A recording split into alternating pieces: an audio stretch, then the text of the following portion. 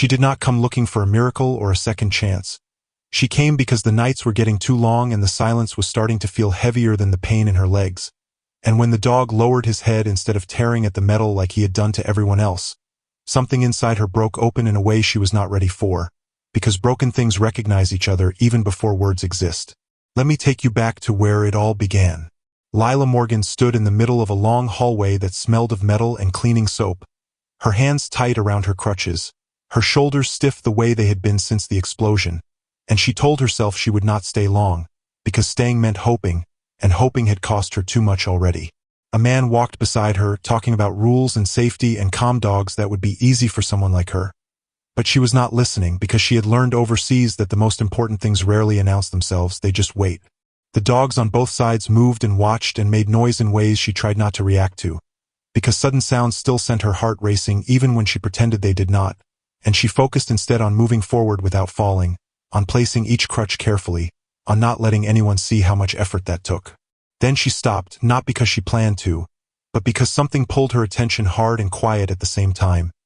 A large dog at the far end of the row, stiff and alert, eyes locked on her as if he had been waiting, and the man beside her felt it too because his voice changed when he said softly that this one was not an option. Lila asked why, and the man hesitated the way people do when they are deciding how much truth they are allowed to tell, before saying the dog had lost his handler, that he had hurt people since then, that no one went near him anymore, and that some wounds did not heal.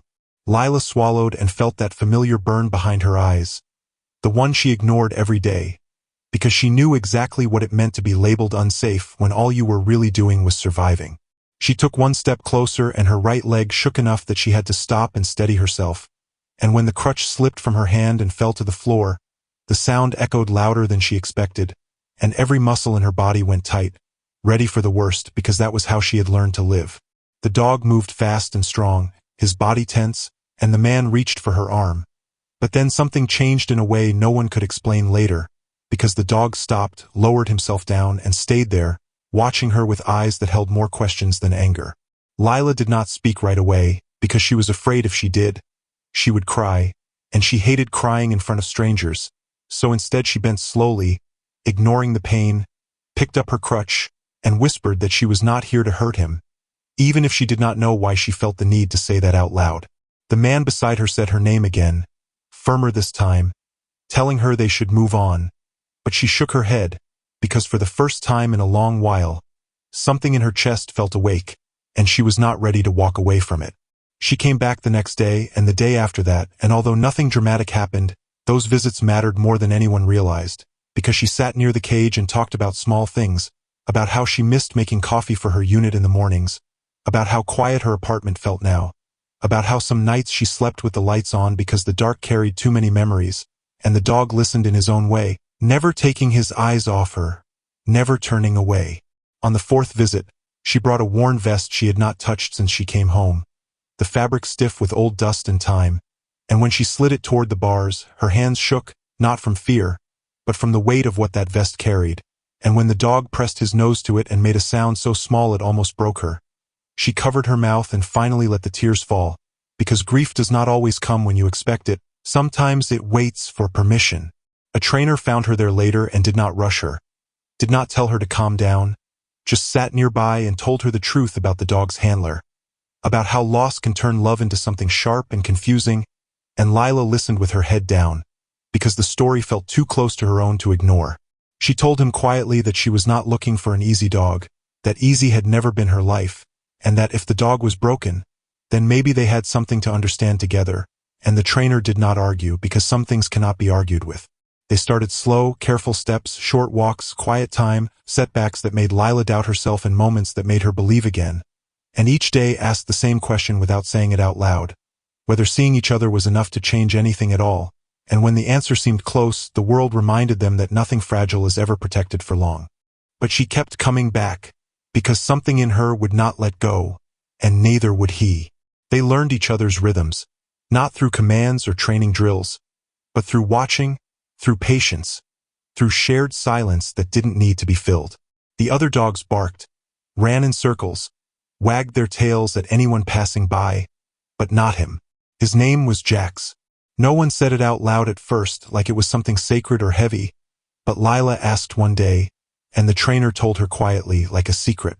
She tried the name later, not expecting much, but when she said it, he blinked slowly and tilted his head just a little, like the sound woke something in him.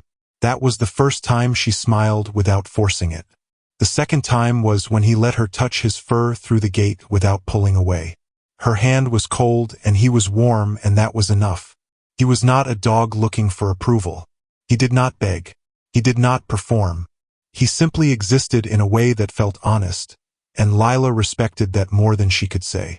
One afternoon, while sitting beside his kennel with her legs stretched out and her crutches resting on the wall, she spoke without planning to.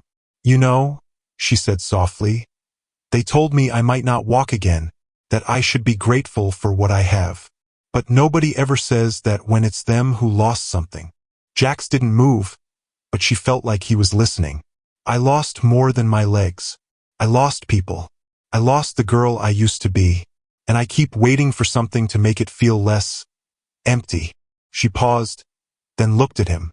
"But you don't feel empty. You feel like you're still waiting for someone too." A shadow passed the window behind them, and she reached into her bag, pulling out a photograph. It was bent at the corners, faded, but she unfolded it carefully. "That's me and Casey," she whispered. "She was my best friend. She didn't make it." Her voice cracked, and for a second she thought she couldn't continue, but she did. "And I think that's what hurts most. Not the pain, not the nightmares. It's the fact that I'm still here and she's not." Jax leaned forward, gently, pressing his head against the bars. Not rough, not desperate, just close enough that she felt his breath. She let the tears fall without apology. When the application to adopt him came back denied, Lila wasn't surprised. She sat with the paper in her hands for a long time, reading it again and again, as if repetition might change the outcome. Too dangerous. Not eligible for public placement. The words didn't make her angry. They made her tired. She didn't argue. She didn't fight. She just folded the paper, slipped it into her coat pocket, and showed up the next day like nothing had changed. Because for her, it hadn't. And if this was all they were allowed to have, she would take it. The trainer, Rick, saw her in the courtyard a few days later. "You know, you could just pick another dog," he said, standing a few feet away with a clipboard under his arm. "There are easier choices." Lila didn't even turn her head. "I'm not here for easy." Rick nodded slowly. "I figured. But I'll be honest with you. That dog? He hasn't looked at anyone the way he looks at you. Not once. I've worked here 5 years." She finally glanced up. "Then maybe it's time someone looked at him the way he needs." That night, a storm rolled in. Power flickered. The main gate system froze. It wasn't a disaster, but it was enough to throw the routine off. People were moving quickly, trying to reset equipment, checking the dogs, running safety checks. No one noticed the intern collapse in the hallway. An 18-year-old boy, diabetic, quiet, new. He went down near the storage closet.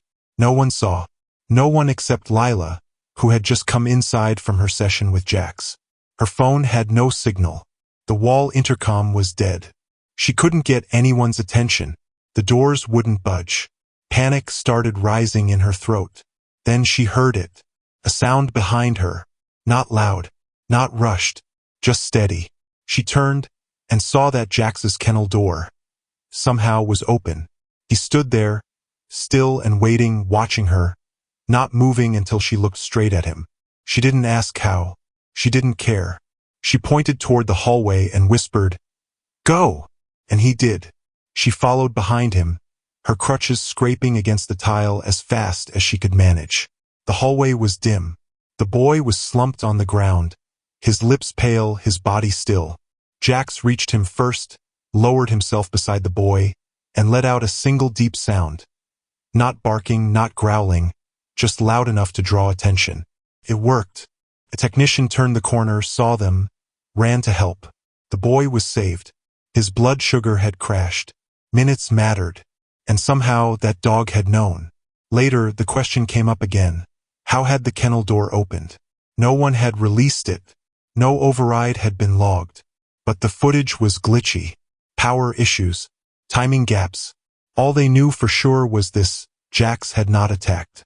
He had not run wild. He had found the person in need. And he had waited. The next day, Lila was called into the office. This time, when she reapplied, no one stopped her. Rick placed the new form on the desk.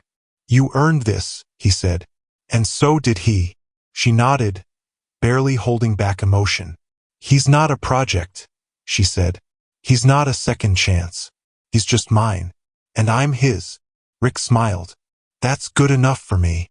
She signed the papers with a hand that shook more than she wanted it to, not from pain this time, but from the weight of what she was choosing. Because taking Jax home was not just about a dog. It meant inviting all the fear back in. It meant accepting that love could hurt again. When they walked out together for the first time, slow and careful, Jax stayed close to her left side like he had always known where she needed him most. People watched. Some whispered. Others stepped back. Lila kept her eyes forward. She had learned a long time ago that explaining yourself never really changes minds. The drive home was quiet. Jax lay on the back seat, his head resting against the door, eyes open, alert, as if memorizing the road. Lila drove with both hands tight on the wheel, her back aching, her thoughts loud. She broke the silence once. "This isn't going to be easy," she said. Jax lifted his head. That was all. But it felt like agreement. Her apartment looked smaller with him in it. He stood in the doorway for a long moment before stepping inside, sniffing, careful, like he didn't trust the peace. Lila set the leash down and waited. "You're safe here," she said, not fully sure she believed it herself. Jax walked the room once, then came back and sat at her feet. Not touching, just close. That night, when her legs spasmed and woke her from sleep, she reached out without thinking, and felt his fur under her palm. She breathed again. Days passed, then weeks. Some were good, some were hard. There were moments when Jax startled at sudden movement, when Lila fell and sat on the floor longer than she meant to, staring at nothing. But they learned, together, slowly. One afternoon, a neighbor's child ran past with a toy gun, laughing. Lila froze. Jax stepped in front of her, calm, steady, unmoving. He did nothing else. That was enough. People asked her later how she got better. She never knew how to answer that, because healing didn't arrive all at once. Came in small things, in shared silence, in the weight of a dog leaning against her leg when the memories got too loud, in the simple fact that she was no longer alone with them. One evening, sitting on the couch with Jax's head in her lap, Lila whispered, "They said you were too dangerous." Jax looked up at her, eyes soft, tired, alive. "They said the same about me." She smiled then, a real one, and for the first time since Syria, the future didn't feel like something to fear. And somewhere deep inside, both of them knew this was only the beginning. A week later, she took him to the park for the first time. Not the big one where people played music and let their dogs run wild, but a smaller one a few blocks from her building. Quiet, with a few benches and trees that didn't ask much of anyone. Jax walked beside her the whole way, his body alert but calm. She still used one crutch, mostly for balance now. Her limp hadn't gone, but her steps were stronger. When they reached the park, she found a bench and sat down slowly, her breath catching for just a moment as she adjusted. Jax sat in front of her, facing outward, ears up, eyes scanning. He was always watching, always ready. A woman with a stroller passed. Jax didn't flinch. A small dog barked from across the path. Jax didn't move.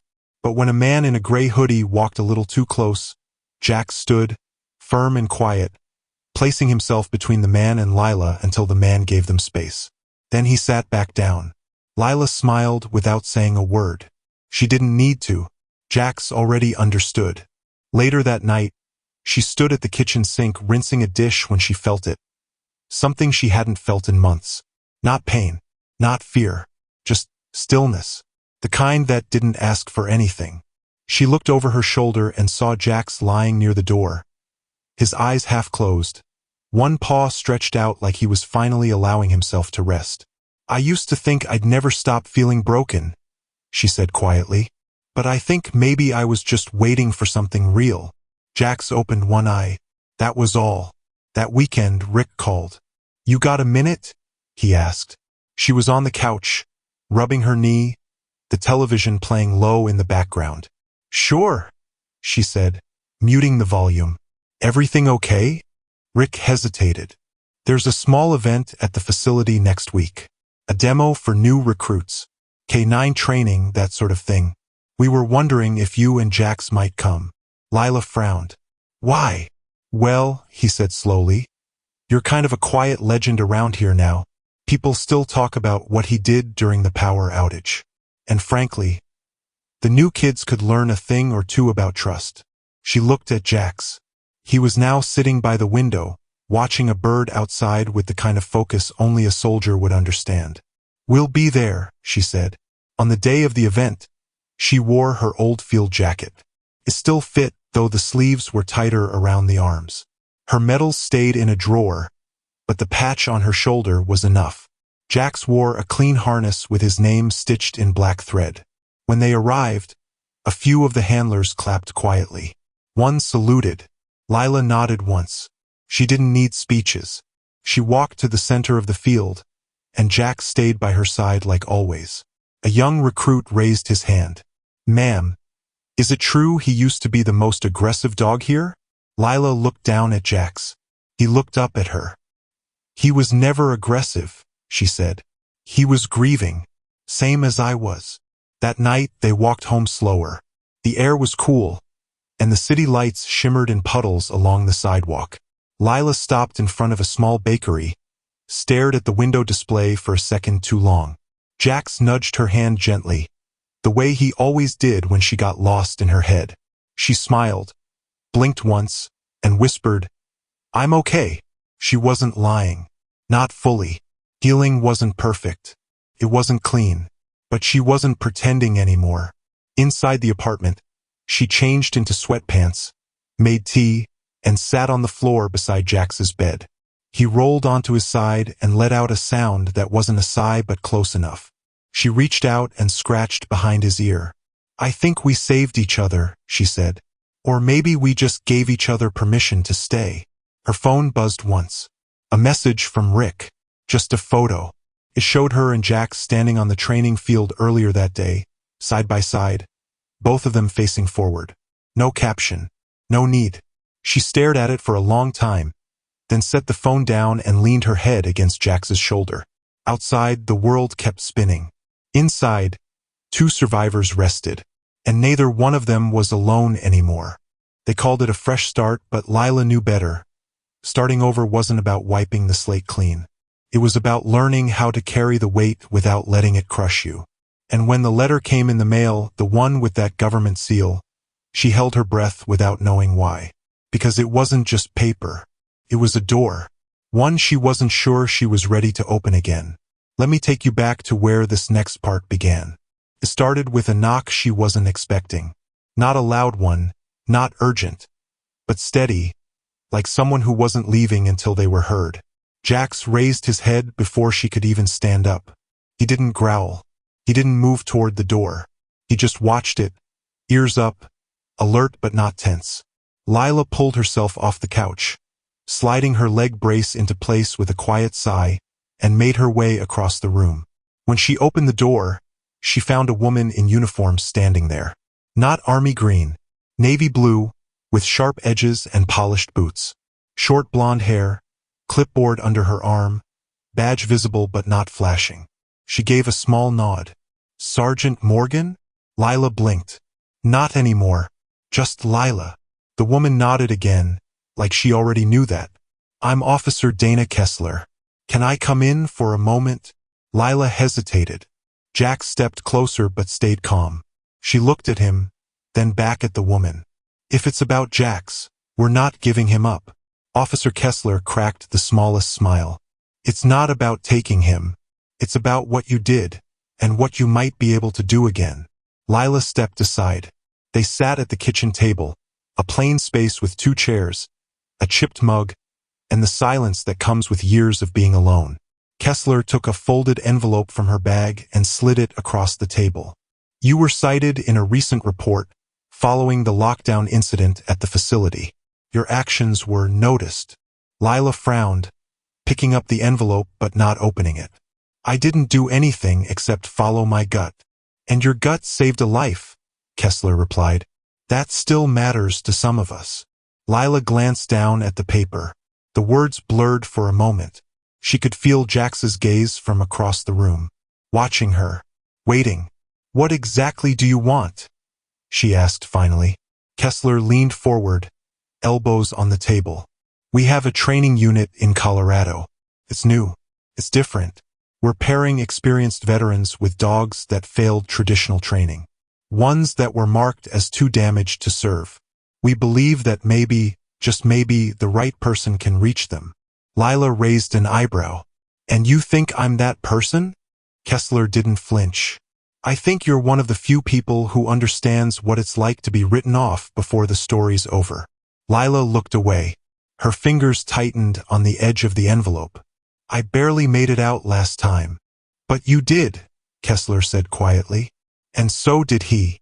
That night, Lila sat on the floor beside Jax, the unopened letter resting on the coffee table. She didn't read it. She didn't have to. She leaned her head back against the couch and stared at the ceiling. What do you think, huh? You feel like saving anyone else? Jax shifted slightly and placed his paw on her foot. That was all the answer she needed. 2 weeks later, she stood in front of a rusted gate that led into the Colorado training compound. It wasn't like the old base back home. There were no watchtowers, no guards pacing with rifles, no drills echoing across open fields. This place was quiet. Set against a backdrop of tall grass and mountain air that tasted like rain, the compound looked more like a forgotten farm than a government facility. But Lila knew better. The most important work usually happened in places no one paid attention to. A man in his late 50s met her at the gate. Worn jeans, weathered boots, a jacket that had seen too many seasons. His name was Ben. She only knew that because he said, "You must be Morgan. I'm Ben. Let's get this over with." Like it was a chore he didn't ask for. Jax stayed close to her side, eyeing Ben without expression. They were the same height, Jax and Ben. Both a little too still, both a little too quiet. She liked that. Inside, the place looked simple. Wooden fences, dirt paths, a long building that used to be a barn but now housed the dogs. They walked past rows of kennels, some empty, some not. Most of the dogs didn't make noise. These weren't the eager kind. These were the forgotten ones. Lila could tell. Ben gestured toward the last kennel. "That's Daisy," he said. "If anyone's gonna tear your face off in the next 24 hours, it'll be her." Lila stepped closer. Inside was a thin German shepherd, barely moving, her body low to the ground, eyes flat and uninterested. She didn't growl. She didn't bark. She just stared through the fence like none of it mattered. Lila knew that look. She had seen it in hospital mirrors. She had seen it in her own face. Ben rubbed the back of his neck. "We tried everything. Food, voice, toys. She just lies there. We were about a week from putting her down when your name came across the file." Lila crouched slowly, her legs stiff, the brace catching slightly against the gravel. She didn't reach out. She just sat there, watching Daisy the same way Daisy watched her. After a few minutes of silence, Lila said, "Hi." Daisy didn't blink. Lila leaned forward a little. "You don't have to trust me. Not yet. But I'm not here to fix you. I'm just here to sit with you if that's all you've got left." Ben stared. "That's it. That's enough," she replied. The days passed without drama.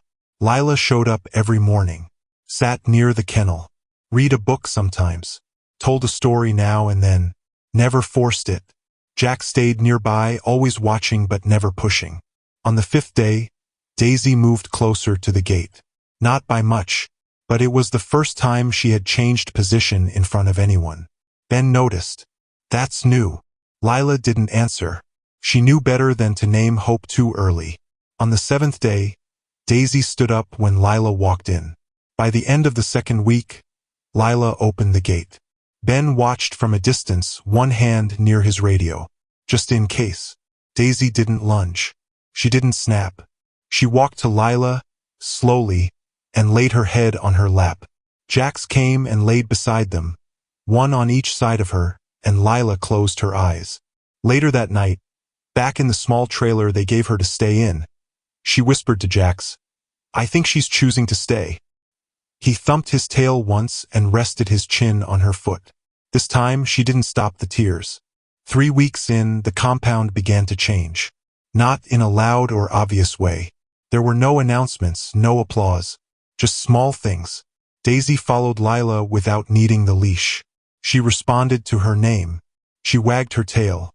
Not much, but enough. Jax seemed to understand he was no longer the only one she was watching over. He stayed close but gave space. Sometimes he sat beside Ben instead, quiet and alert, as if offering backup without being asked. Lila had started helping with the others. Not training exactly, just being present. Some of the dogs barked and growled and pulled at their leads, wild with fear and memories. Others sat frozen, shaking if anyone moved too fast. Lila didn't push. She just stood near, sat down, waited. That was her gift. Patience. Not the kind that expects results, but the kind that respects silence. One morning, a young handler named Corey approached her while she was filling a water bowl. "How do you get them to trust you?" he asked. He was maybe 25, fresh face, soft hands. He looked like someone who hadn't seen what real fear could do to a body. Lila wiped her hands on her pants and looked at Daisy, who was sitting quietly nearby. "I don't," she said. "I let them decide if I'm worth the risk." He nodded like he understood, but she knew he didn't. Not yet. Understanding came later, after loss, after guilt. That afternoon, a storm moved in fast. Wind slammed the doors. Power blinked out for 5 long seconds. Lila felt the muscles in her back tighten. Her hand twitched near her brace. Jax stood instantly, his body tensed like it had on the battlefield. Daisy growled low, not at anyone, but at the noise. The intercom crackled once, then went silent. Ben shouted from the other side of the barn. "Everybody out." Lightning took out the rear grid. Backups delayed. "Move." People started herding dogs into transport crates, trying to keep order. A metal pan crashed onto the floor. One of the pit mixes snapped its leash and took off. Screams followed. Someone yelled about an open back gate. Then Corey's voice, from the far end. "Help! She's not breathing." Lila didn't think. She moved. Her leg hurt. The brace dragged. Jax was already running. Daisy followed without hesitation.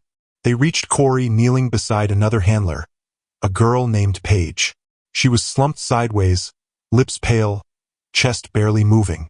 Corey was panicking, pressing too fast, too shallow. "She just dropped," he cried. "I don't know what to do."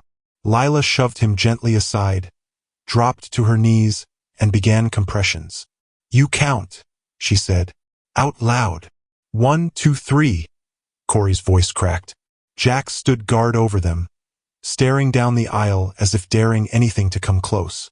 Daisy sat behind Lila, her body trembling, but she didn't run. She didn't hide. 30 seconds passed, then 40. Then Paige gasped. Not a full breath, but enough. Enough to come back. Enough to stay. By the time the ambulance arrived, Paige was semi-conscious, wrapped in Lila's coat. Daisy curled next to her like she had been born to do it. Later, when the power returned and things calmed down, Ben walked into Lila's trailer without knocking. He stood there for a second, staring at her. She didn't say anything. Neither did Jax. Daisy lay across the floor, finally asleep. Ben cleared his throat. "You know, most people wouldn't have lasted a day out here. But you changed the whole damn place." Lila looked down at her hands. "I didn't change anything. I just showed up." Ben gave a tired smile. "Sometimes showing up is everything." The next morning, a small wooden plaque was added to the gate. It read, "In honor of those who choose to stay." Lila touched it once, gently, then turned to Jax and Daisy. "You ready to go home?" They were. 2 months later, home looked different. Not because the walls had changed or the floors were any less scratched, but because now there were 2 bowls by the door instead of 1. 2 leashes hanging from the hook. 2 sets of eyes watching her every move. Jax had adjusted quickly.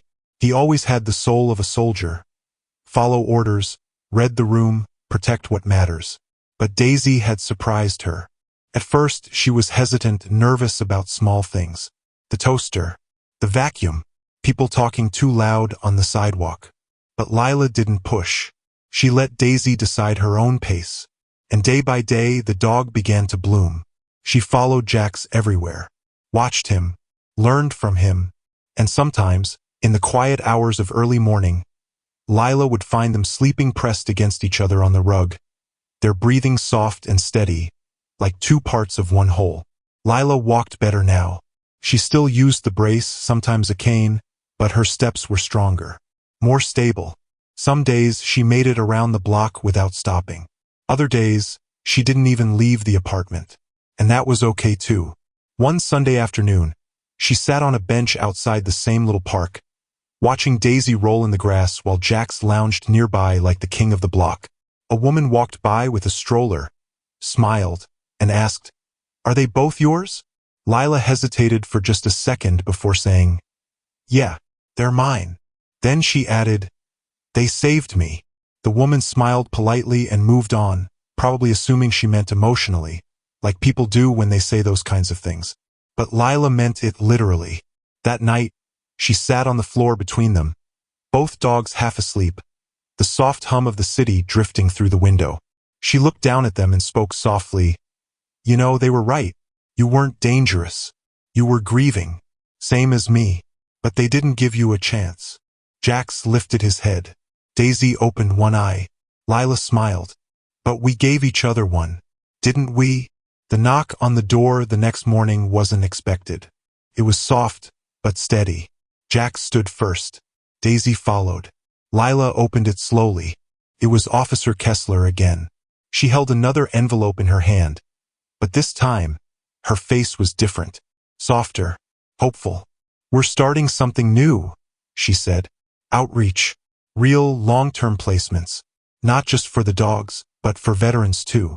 And we want you to lead it." Lila didn't answer right away. She looked down at Jax, then at Daisy, then back at the officer. "I'm not a leader," she said. Kessler smiled. "You are now." The screen door creaked as she stepped away, leaving the envelope on the table behind her. Lila stared at it for a long time. And then, for the first time since she came home from Syria, she felt something she hadn't dared feel in years. Purpose. She bent down and whispered, "Well, looks like we've got work to do." Jax wagged his tail once. Daisy leaned into her side. Together, they stepped outside. Not as survivors, not as damaged, not as broken, but as a team, chosen, trusted, and finally home.